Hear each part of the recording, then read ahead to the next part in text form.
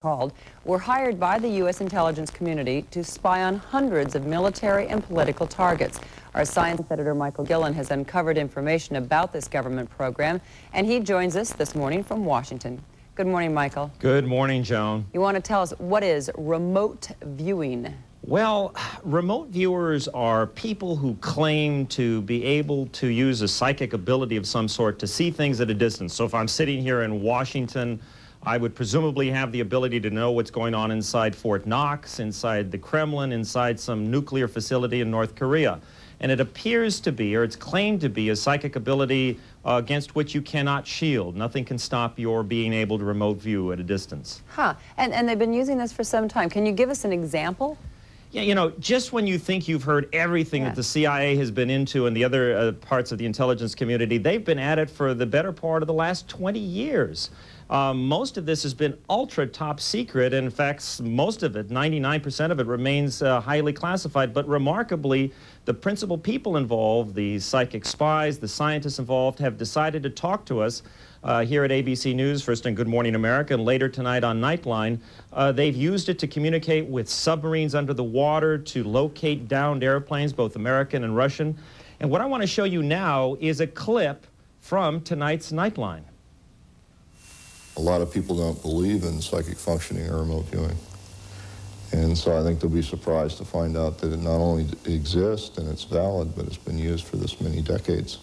Joe McMoneagle was an Army officer, and for the past 17 years, one of the intelligence community's most successful psychic spies. The way we work is usually sitting in a room that is empty of furniture, except for maybe a desk or table.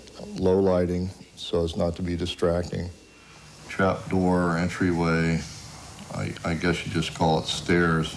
By concentrating on a person, place, or thing, McMoneagle claims to be able to describe through sketches and words what's going on hundreds, even thousands of miles away.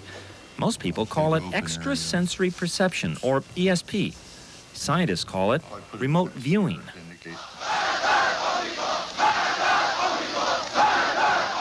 Case in point, during the 1979 Iran hostage crisis, dozens of Americans were being held inside the U.S. Embassy. But even more worrisome, several other Americans were carted off to some secret location. No one seemed to know exactly where that was, but we were instrumental in helping identify that location. The inside of the location, the exterior of the location, the uniforms and the kinds of people that were holding them. What do you call this, Michael? I mean, are there any studies or any statistics that show that this works? Well, I base my opinion, Joan, on a CIA report that has not been released yet, but a copy of which has been leaked to us here at ABC News. It's got two parts to it.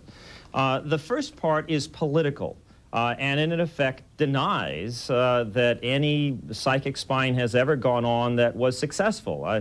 Denial, obviously, that is rather moot in light of today's revelations.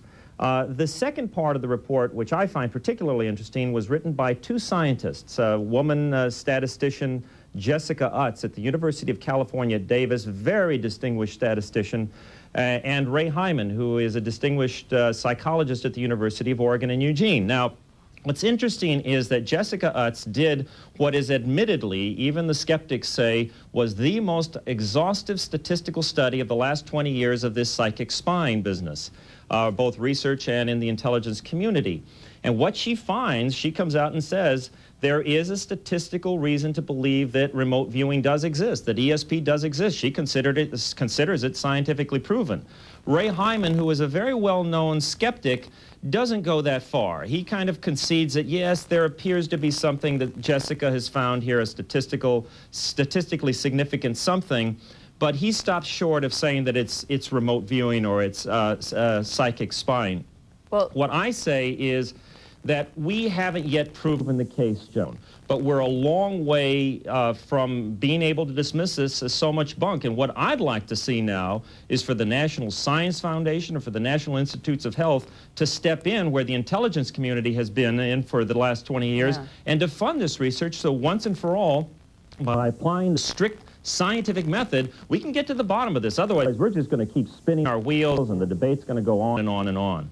All right, well, Michael, thank you. And of course, Michael will have more on his report tonight on Nightline. Right now, 20 minutes after. Good morning, America.